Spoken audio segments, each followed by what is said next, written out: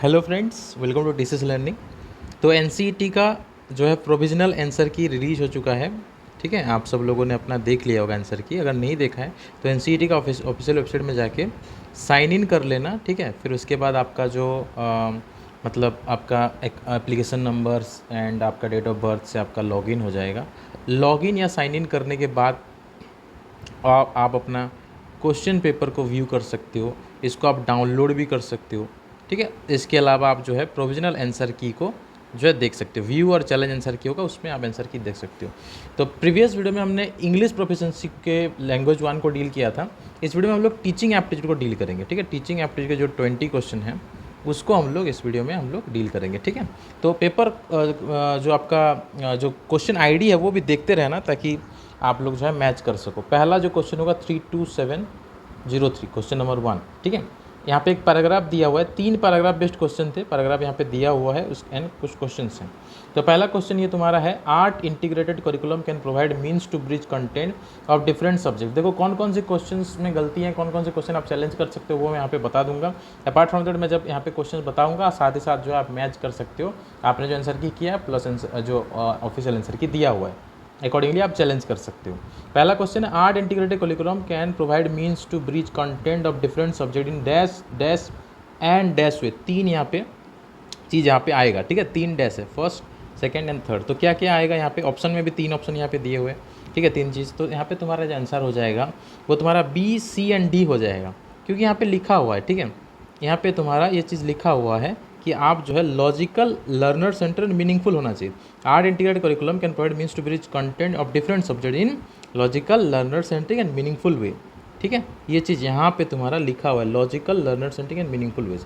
Clear है, with proof मैं आपको बता रहा हूँ, ताकि आपको अगर चैलेंज करना होगा कहीं पे तो कर सकते हो। सेकंड क्वेश्चन का आप कोड देख सकते हो, ये वाला तुम्हारा कोड है 02702। क्वेश्चन है तुम्हारा, which among the following are true about art और आर्ट एजुकेशन। तो यहाँ पे कौन सा ट्रू हो जाएगा, आर्ट एंड आर्ट एजुकेशन के लिए इनमें से कौन सा ट्रू है। ऑप्शंस को पढ़ो एक बार। ऑप्शंस बोल रहा है, art can clarify science concept with each. Yes कर सकते हो, science concept clear. In art integrated education art becomes the basis of classroom teaching. हाँ, आप इसको इस्तेमाल कर सकते हो। यहाँ पे बोल रहे हैं, only concrete concept with in the subject can be explained using different form. नहीं, आप जो है एब्स्ट्रैक्ट भी बता सकते हो। Art provide language for explanation, नहीं, ये दोनों गलत है। तो ए एंड बी जो है तुम्हारा करेक्ट है। आंसर तुम्हारा 3 यहाँ पे करेक्ट हो जाएगा। ठीक है, नेक्स्ट क्वेश्चन की तरफ चलेंगे। क्वेश्चन तुम्हारा है क्वेश्चन नंबर 3, कोड देख लो 32701। ठीक है, क्वेश्चन है, art integration refers to art combining art with teaching of different curricular area. ठीक है, combining art with the teaching of different curricular area. आप जो है ये जो चीज़ है आप यहाँ देख सकते हो। ठीक है, आप यहाँ पे एक बार पैसेज को पढ़ के देख सकते हो। मैं यहाँ पे नहीं पढ़ रहा हूँ अच्छे, मतलब पूरी तरह से नहीं पढ़ रहा हूँ, फिर मैं आपको दिखा रहा हूँ कि कहाँ लिखा हुआ है। यहाँ पे इस क्वेश्चन का आंसर लिखा हुआ है। ठीक है, आर्ट इंटीग्रेशन मीन्स दिस, यहाँ पे लिखा हुआ है। ठीक है, बाकी ये वाला जो तुम्हारा इसका जो क्वेश्चन था, इसके लिए आप जो है पूरा पैराग्राफ को पढ़ सकते हो। सेकंड क्वेश्चन के लिए यहाँ पे लिखा है सब कुछ। ठीक है, एब्स्ट्रैक्ट कॉन्सेप्ट तुम्हारा जो साइंस को क्लैरिफाई कर सकता है, एब्स्ट्रैक्ट कॉन्सेप्ट, कॉन्क्रीट कॉन्सेप्ट। ठीक है, यहाँ पे सब कुछ बताया हुआ है। ठीक है, यहाँ पे ये कॉन्क्रीट बोला था, यहाँ पे एब्स्ट्रैक्ट बता रहे, इसलिए वो गलत हो गया। ठीक है, तो यहाँ पे art provide language for expression not for explanation. ठीक है, इसीलिए गलत हो गया। तो एक्सप्लेनेशन जो भी आप मतलब यहाँ पे प्रॉपर रीजनिंग के साथ जो है आपको समझना है पैसेज को। पैसेज के क्वेश्चन खत्म हो गए, अब डायरेक्ट क्वेश्चन पे आते हैं। इफ ए टीचर, देखो क्वेश्चन नंबर 4 कोड देख लो।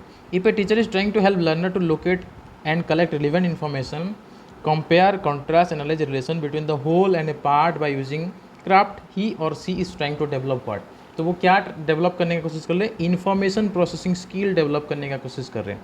If a teacher is trying to help learner to locate, collect relevant information, compare, contrast, analyse relation between whole and a part by using craft, then he or she is trying to develop what, information processing skill. Next देखो तुम्हारा यहाँ पे क्या correct answer होगा, match करना है यहाँ पे। रमन इफेक्ट, सीवी रमन, ए का 3 तुम्हारा हो जाएगा। यहाँ पे दोनों में ए का 3 है। फिर नेक्स्ट एटॉमिक थ्योरी क्या होगा, किसी को नहीं पता, जॉन डाल्टन है, यहाँ पे नहीं दिया हुआ है। नेक्स्ट देख लेते हैं, ग्रीन रिवोल्यूशन आपको पता है, एम एस स्वामीनाथन, तो यहाँ पे डी का 4 हो जाएगा। तो डी का 4 इसमें दिया हुआ है, तो ये तो ऑटोमेटिकली करेक्ट हो जाता है 2 ऑप्शन को देखने से। ठीक है, तो ये जो क्रेस्कोग्राफ है इसका आंसर क्या होगा तुम्हारा, एज JC बोस। ठीक है, यहाँ पे देखो एक चीज़ जॉन डाल्टन नहीं दिया है, atomic theory of S G Bhabha के बारे में दिया हुआ है, तो यहाँ पे कुछ कुछ बच्चे कंफ्यूज हैं, लेकिन क्योंकि यहाँ पे बाकी 3 करेक्ट है तो आप करेक्ट मान सकते हो। किसी को चैलेंज करना है तो आप चैलेंज इसमें चाहो तो कर सकते हो, ठीक है, इट्स अप टू यू। बाकी आंसर एक ही करेक्ट होगा, ठीक है, 4th वन ही करेक्ट होगा तुम्हारा। बाकी अगर कोई चाहे कि यहाँ पे जॉन डाल्टन ने चाहे बोलना चाहते हैं, जो कुछ बच्चे जैसे मुझे बोल रहे हैं व्हाट्सएप के थ्रू मैसेज करके, तो वो जो चीज़ है आप चाहो तो चैलेंज कर सकते हो। नेक्स्ट क्वेश्चन देखो, question number 32704, question number 6, unbreakable किसने लिखा था? मेरी कॉम, ठीक है। तो ए का तुम्हारा हो जाएगा 4, ए का 4 सिर्फ एक ही में है, तो इस तरह से तो ये तुम्हारा करेक्ट हो जाता है। बाकी तुम्हारा आंसर बी का 3 है, the test of my life लिखा था युवराज सिंह ने, प्लेइंग टू विन लिखा था साइना नेहवाल ने, and golden girl PT Usha है। गोल्डन गर्ल पीटी उषा सब लोगों को पता होगा, ठीक है, तो ये तुम्हारा आंसर 4 हो जाएगा। नेक्स्ट क्वेश्चन नंबर 732709, इसका कोड है, which of the following is the main reason for fear of mathematics among the student.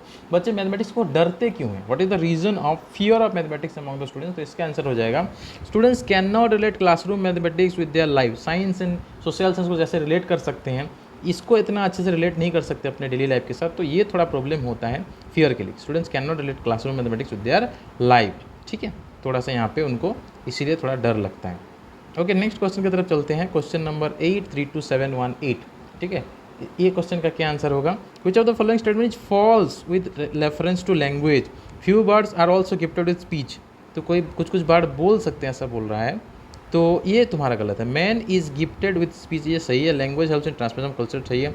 Words are used to control behaviour, ये भी सही है। फ्यू वर्ड्स जो है बोल सकते हैं, ये गलत है, ठीक है, ये चीज़ गलत दिया हुआ है, ठीक है।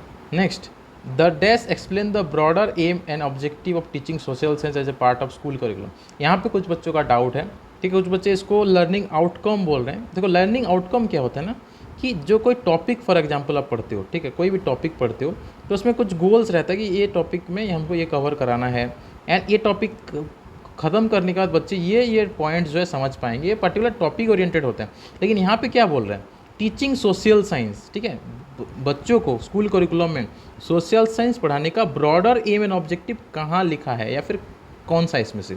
तो करिकुलर गोल्स होगा। करिकुलर गोल्स में लिखा होता है कि क्या क्या बच्चों को हमको पढ़ाना है, ब्रॉडर एम एंड ऑब्जेक्टिव वो लिखा होगा, ठीक है, ठीक है। आउटकम में क्या लिखा होता है कि इसको पढ़ाने के बाद बच्चे ये पॉइंट्स अचीव कर सकते हैं, इसको बहुत सारे पॉइंट्स होते हैं उसको अचीव कर सकते हैं, ठीक है, तो इस तरह से रहता है। तो करिकुलर ग्रुप में सिर्फ ब्रॉडर एम एंड ऑब्जेक्टिव रहता है। लर्निंग गोल्स जो होता है उसमें पर्टिकुलर टॉपिक के रिलेटेड होता है। करिकुलर ग्रुप में पूरा सब्जेक्ट का या फिर करिकुलम का रहता है, ठीक है। तो इसका आंसर तुम्हारा हो जाएगा 4 curricular goal. Next question, question number 10, code यहाँ पे आप देख सकते हो। इस क्वेश्चन में आप जो है चैलेंज कर सकते हो अगर आप चाहो तो। क्यों मैं बता रहा हूँ, देखो, ये जो तुम्हारा है, ये तुम्हारा dash based learning can be conducive tool for acquainting students with various aspect of social realities, integrating perspective from different discipline, in investigating the cause of problem and in thinking with about relevant social action। तो यहाँ पे जो तुम्हारा answer होना चाहिए वो देखो, issue दिया हुआ आई थिंक, देख लेना एक बार, लेकिन मेरे हिसाब से इसका आंसर रोल प्ले होना चाहिए। क्योंकि रोल प्ले में क्या होता है, बच्चे जो है एक्वाइंट हो सकते हैं डिफरेंट एस्पेक्ट्स के थ्रू। स्ट्रीट प्ले या रोल प्ले करने से क्या होता है, बच्चे different aspects of social reality के साथ जो है वो एक्वाइंट हो पाते हैं, एंड वो डिफरेंट डिसिप्लिन को भी लाइक क्या कर पाते हैं, एक तरह से वो इंटीग्रेट कर पाते हैं। एक प्रॉब्लम सॉल्विंग अप्रोच भी हो सकता है, ठीक है, ये प्रॉब्लम सॉल्विंग अप्रोच भी होता है, लेकिन यहाँ पे प्रॉब्लम सॉल्विंग तो दिया नहीं है। प्रॉब्लम सॉल्विंग अप्रोच होता तो हो सकता है, लेकिन ये ऑप्शन में नहीं दिया है, तो इसलिए यहाँ पे रोल प्ले तुम्हारा करेक्ट आंसर होना चाहिए। तो इसको आप चाहो तो चैलेंज कर सकते हो वाला क्वेश्चन को, ठीक है। Next question number 11, 32706, which of the following is a pre requisite of any scientific discovery. तो बहुत सारे बच्चे इसका आंसर हाइपोथेसिस समझ रहे होंगे, ठीक है। सबसे पहला ऑप्शन होता है ऑब्जर्वेशन, ठीक है, सबसे पहला जो चीज़ होता है वो होता है ऑब्जर्वेशन, ठीक है। साइंटिफिक मेथड में ना सबसे पहला जो स्टेप होता है, बेसिक प्रोसेस जो होता है, सबसे पहला कोई ऑब्जर्वेशन को बनाना होता है, मतलब ऑब्जर्वेशन कुछ पहला तुम्हारा मेन चीज़ होता है। First you need to observe the things, observation के बाद फिर उसके बाद तुम्हारा आता है फॉर्मेशन ऑफ हाइपोथेसिस, ठीक है, उसके बाद सेकंड तुम्हारा फॉर्मेशन या फॉर्मुलेशन ऑफ हाइपोथेसिस आता है, ठीक है। तो ऑब्जर्वेशन पहला यहाँ पे हो जाएगा क्वेश्चन, यहाँ पे ऑप्शन 3 तुम्हारा करेक्ट आंसर होगा। अब फॉर्मुलेशन ऑफ हाइपोथेसिस के बाद तुम्हारा होता है मेकिंग प्रेडिक्शन, कंडक्टिंग एक्सपेरिमेंट, इस तरह से तुम्हारा होता है, ठीक है। तो तुम्हारा यहाँ पे observation will be the correct answer, okay, clear. Next देखो, ओके नेक्स्ट देखो देखो यहाँ पे एक चीज़ भी थोड़ा सा मैं आपको बताना चाहूँगा। डिस्कवरी और इन्वेंशन जो होता है, डिस्कवरी में ऑब्जर्वेशन पहला होता है, इन्वेंशन में क्या होता है, कोई प्रॉब्लम तुमने देखा, प्रॉब्लम को आइडेंटिफाई किया, आइडेंटिफाई करने के बाद फिर उसके बारे में तुमने सोचा एंड कोई न्यू चीज़ इन्वेंट किया। तो आई थिंक इन्वेंशन अगर होता तो ये वाला ऑप्शन करेक्ट होता है। यहाँ पे डिस्कवरी दिया है तो यहाँ पे ऑब्जर्वेशन करेक्ट होगा। बाकी इसके रिलेटेड जो तुम्हारा डिटेल एक्सप्लेनेशन है ना, इसको हम लाइक अच्छे से बाद में बात करेंगे। अभी आपको चैलेंज करना तो मैं जल्दी जल्दी वीडियो बना रहा हूँ, ठीक है। 32705 को देखेंगे। Question number 12, which of the following film is an empathetic portrayal of Delhi EWS students in इस फिल्म। तो ये जो है तुम्हारा मूवी है रेडी स्टेडी बोल के मूवी था, ठीक है, रेडी स्टेडी बोल के फिल्म था, ठीक है। Next question, question number 13, question code तुम्हारा है 32719। तो ये एस्पेक्ट्स ऑफ लैंग्वेज, देखो 4 एस्पेक्ट्स ऑफ लैंग्वेज होते हैं, सीमेंटिक, फोनेटिक, ग्राफिक एंड तुम्हारा फोनेटिक कम ग्राफिक, 4 होता है। तो यहाँ पे ऑप्शन 2 तुम्हारा जो है करेक्ट आंसर हो जाएगा, ठीक है। ऑप्शन 2 तुम्हारा करेक्ट आंसर हो जाएगा। 4 होता है, 1 2 3 और ये तुम्हारा चौथा होता है, लेकिन ये ऑप्शंस के अकॉर्डिंग तुम्हारा सेकंड ऑप्शन यहाँ पे करेक्ट आंसर हो जाएगा, ठीक है। ये सिंटैक्स नहीं होता ये, ठीक है। नेक्स्ट क्वेश्चन देखो, क्वेश्चन नंबर 14, आईडी देख लो 32714। A student is drawing N outline using a lead pencil, then she wet the tip of the watercolor pencil with a wet brush, presses it onto and repeat with lots of dots on the color। तो इसको क्या बोलते हैं, जो technique है इसको pointillism technique कहते हैं, पॉइंटिलिज्म टेक्निक कहते हैं, ठीक है। नेक्स्ट क्वेश्चन देखो, arrange the following major scientific achievement of India in chronological order. तो इसका जो तुम्हारा प्रॉपर ऑर्डर हो जाएगा, दैट ऑर्डर इज, सबसे पहला क्या हुआ था, सबसे पहला तुम्हारा launch of the first Indian satellite, ठीक है। सबसे पहला जो सेटेलाइट था उसका लॉन्च हुआ, ठीक है। उसके बाद तुम्हारा सुपर कंप्यूटर परम का तुम्हारा जो ये हुआ था, ठीक है, सुपर कंप्यूटर परम आया था। फिर तुम्हारा मॉम मास ऑर्बिटर मिशन, लास्ट में तुम्हारा हो गया था चंद्रयान। तो आंसर क्या हो जाएगा, BACD, ठीक है, BACD तुम्हारा करेक्ट आंसर हो जाएगा। नेक्स्ट क्वेश्चन देखो, question number 16, theatre is an excellent medium for all of the following except. इस कौन सा नहीं है, बाकी है कौन सा है इसमें नहीं है बोला। तो इसका जो आंसर होगा, देखो थिएटर में क्या होता है, exploration of self in relation to other, ये होता है, ठीक है। Developing of understanding of self, ये भी होता है। मैंने आपको पढ़ाया था थिएटर में पूरा जो अपना जो इसका जो ITP का जो क्लासेस हम करते थे उसमें मैंने आपको पढ़ाया था थिएटर के बारे में। Development of critical empathy toward natural, physical and social world, ये भी हमने डिस्कस किया था। लेकिन ये tool for enhancing the Prestige of the school on special occasion, ये नहीं है तुम्हारा थिएटर में। तो ये तुम्हारा आंसर हो जाएगा 3, ठीक है। कौन सा नहीं है बोला ना, एक्सेप्ट बोला है, तो यहाँ पे इसीलिए 3 is the correct answer. Next question देखो, क्वेश्चन नंबर 17 एंड ID देख लो 32720, ठीक है। The correct sequence followed by teacher while teaching A chapter of literature. The correct sequence क्या होगा, यहाँ पे थोड़ा सा लाइक मतलब कंफ्यूज आप लोग हो सकते हो कि देखो एक चीज़ पहले मैं बताता हूँ, सबका क्वेश्चन नंबर एंड जो क्वेश्चन नंबर का सीक्वेंस अलग अलग हो सकता है। किसी का 17 में ये दूसरा ID हो सकता है, तो आप ये नहीं देखना, ये वाला नंबर नहीं देखना है, आप ये वाला नंबर देख के मैच करना है, ठीक है। क्योंकि ये वाला सबके लिए सेम है, ये सबके लिए अलग अलग है, तो ये वाला नंबर को देख के आपको मैच करना है, ठीक है। हाँ देखो इस क्वेश्चन में थोड़ा आप कन्फ्यूज हो सकते हो, ठीक है। इस क्वेश्चन का जो आंसर होना चाहिए तुम्हारा क्या होगा, सबसे पहले चीज़ होगा तुम्हारा देखो लिटरेचर जब पढ़ाना होता है ना, टीचर थोड़ा सा समरी दे देते हैं कि इसमें हम लोग ये सब पढ़ने वाले हैं, ठीक है। क्योंकि लिटरेचर पूरा न्यू चीज़ होता है बहुत सारा, तो क्या क्या पढ़ने वाले हैं थोड़ा सा समरी जो है टीचर सबसे पहले दे देते हैं। उसके बाद क्या होता है, टीचर एक बार समरी देने के बाद फिर जो है लेसन को खुद से एक बार वो पढ़ते हैं, ठीक है। फिर बच्चों को बोलते हैं कि तुम लोग पढ़ो, ठीक है। लास्ट में क्या होता है, क्वेश्चन आंसर होते हैं। तो इसका जो तुम्हारा सीक्वेंस हो जाएगा DCAB हो जाएगा, DCAB। पहले D मतलब समरी देना, फिर उसके बाद तुम्हारा लेसन बाय टीचर, फिर उसके बाद lesson by student, reading the lesson by student, last में क्वेश्चन आंसर। तो DCAB is the correct answer. Next देखो क्वेश्चन नंबर 18, यहाँ पे तुम क्वेश्चन ID देख लो। In school curriculum the study of social science starts from, social science कब start होता है, middle stage will be the correct answer. आप में से बहुत सारे लोग एलिमेंट्री स्टेज सोच रहे होंगे, एलिमेंट्री स्टेज में ना ये सोशल साइंस सब लोग सब कुछ कहाँ किस में आता है, EVS में आता है, एनवायरमेंटल साइंस, ठीक है, या एनवायरमेंटल स्टडीज बोल सकते हो या एनवायरमेंटल साइंस बोल सकते हो, ठीक है।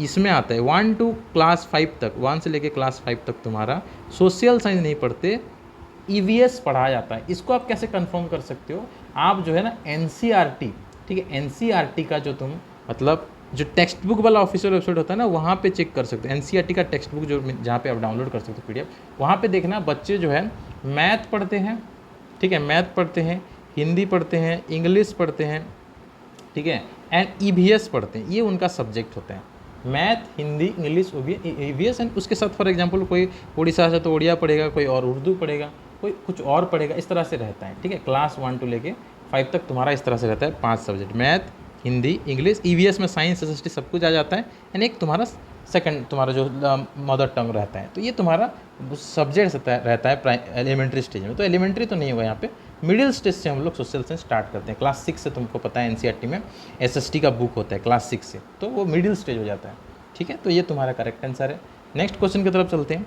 क्वेश्चन नंबर 19, डिसकाल्कुलिया को कौन दूर कर सकता है, कैन बी डायग्नोस्ड बाय। देखो डिसकाल्कुलिया जो होता है तुम्हारा, dyscalculia can be diagnosed by team of educationalist and तुम्हारा साइकोलॉजिस्ट, क्योंकि ये जो तुम्हारा होता है ये एक तरह का एजुकेशनल डिसऑर्डर होता है, ठीक है। इसको अगर मैं और अच्छे से बताऊँ तुमको, ये तुम्हारा डिसकाल्कुलिया है, ठीक है। डिसकाल्कुलिया को थोड़ा सा मैं एक्सप्लेन करूँ तो ये तो एक लर्निंग डिसऑर्डर है। डिसकाल्कुलिया क्या होता है, एक लर्निंग डिसऑर्डर होता है, ठीक है। एक लर्निंग डिसऑर्डर होता है जिससे क्या होता है कि बच्चे जो है person ability to understand number based information and maths में वीकनेस होता है, ठीक है। मैथ्स थोड़ा मतलब वो नहीं समझ पाते हैं, मैथ्स में कम एबिलिटी होता है, ठीक है। ये पर्सन का ability to understand number based information and math थोड़ा नहीं समझ पाते, तो मैथ्स के रिलेटेड डिसऑर्डर है। तो ये तुम्हारा जो एजुकेशनिस्ट एंड साइकोलॉजिस्ट जो है वो ही तुम्हारा डील कर पाएंगे, ठीक है। क्लियर, दिस इज द तुम्हारा करेक्ट आंसर हो जाएगा ये, ठीक है। उसके बाद तुम्हारा नेक्स्ट जो तुम्हारा हो जाएगा, नेक्स्ट क्वेश्चन तुम्हारा क्या हो जाएगा, विच of the following is considered a formative assessment mathematics classroom. Mathematics classroom में फॉर्मेटिव असेसमेंट क्या हो सकता है, एक क्लासरूम के अंदर तुम्हारा एक पॉप क्विज किया जा सकता है, ठीक है। क्लासरूम के अंदर, मैथमेटिक्स क्लासरूम के अंदर क्या हो सकता है, एक पॉप क्विज। ये पॉप क्विज क्या होता है, पॉप क्विज तुम्हारा होता है, देखो ये एक शॉर्ट टेस्ट होता है given to student without any prior warning, कोई प्रायर वार्निंग ना देके सडनली एक क्विज करा लेना, उसको बोलते हैं पॉप क्विज, ठीक है। तो ये तुम्हारा मैथ क्लासरूम में फॉर्मेटिव असेसमेंट के हिसाब से आप इसको ले सकते हो। बाकी तुम्हारा हॉलीडे होमवर्क, फाइनल ईयर तो तुम्हारा फॉर्मेटिव नहीं होता है, ये समेटिव होता है। मिड टर्म में तुम्हारा समेटिव होता है, ये दोनों तुम्हारा समेटिव असेसमेंट है। हॉलीडे होमवर्क फॉर्मेटिव असेसमेंट में नहीं आता, ये बच्चे खुद से करते हैं, ठीक है। तो फॉर्मेटिव क्लासरूम के अंदर बात करें, हॉलीडे तो बच्चा घर पे करेगा ना, होमवर्क हो सकता है ये। तो पॉप क्विज क्या है, क्लासरूम के अंदर। तो एलिमिनेशन मेथड से भी आप इसको सॉल्व कर सकते थे। तो ये सब तुम्हारा जो आंसर है टीचिंग एप्टीट्यूड के हमने क्वेश्चन का डिस्कशन किया। नेक्स्ट जनरल टेस्ट का डिस्कशन करेंगे। लेकिन किसी को अगर एनसीईटी के लिए नेक्स्ट ईयर के लिए तैयारी करना है, एनसीईटी या आरआई या सीयूईटी के लिए तैयारी करना है, आईटीपी कोर्स के लिए 2024 के लिए अगर किसी को तैयारी करना है, बीएससी बीएड, ठीक है, बीए बीएड, अगर आप इसके लिए तैयारी करना चाहते हो, आगे जाके अगर आपको टीचर बनना है तो डिजिटल लर्निंग आप लोग के लिए बेस्ट प्लेटफॉर्म है। 7327813135 ये हमारा व्हाट्सएप नंबर है, इस पर आप कॉन्टैक्ट करके जो है डिटेल जान सकते हो। अपार्ट फ्रॉम हमारा जो वेबसाइट है dcslearning.in, इसमें भी आप जो है जाके हमारे कोचिंग के बारे में जान सकते हो, ठीक है। मिलते हैं अगले वीडियो पे। Thank you.